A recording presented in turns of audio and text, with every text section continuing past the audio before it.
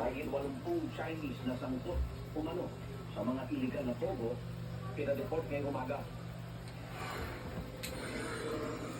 Chinese community, tarawagan ng agarang aksyon sa Yummy! mga insidente ng kidnapping. Yummy!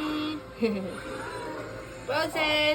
Init na init na sa Paano gamitin ang frozen. GMA May Haba ng Otico buhok. Bird, kain ka na dun, nak. sa Botanical Kain ka na dun, baby. Bird, kain na.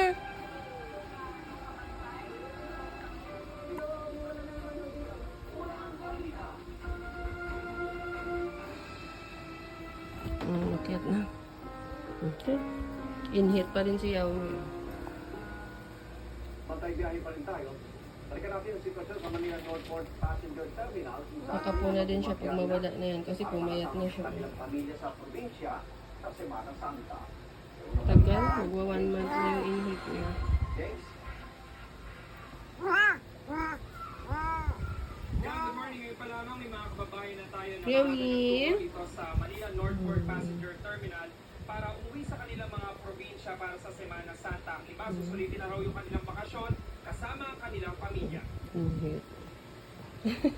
Namapit pa.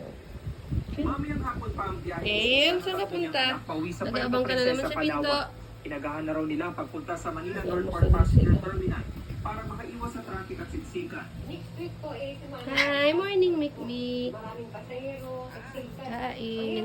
Kain po, almusal. Kumakain sila ng almusal. Kasi nung nakaraang taon, sumanang taon din ako umuwi halos. Ang hirap kami, siksikan dami rin dito. Mahigit 2 buwan Yung nag-visa iba, trabaho si Susan para busy masulit pa, ang kanyang oh. bakasyon sa Muni-muni. probinsya. Nagbabantay ng pinto. Ano ng mga buko.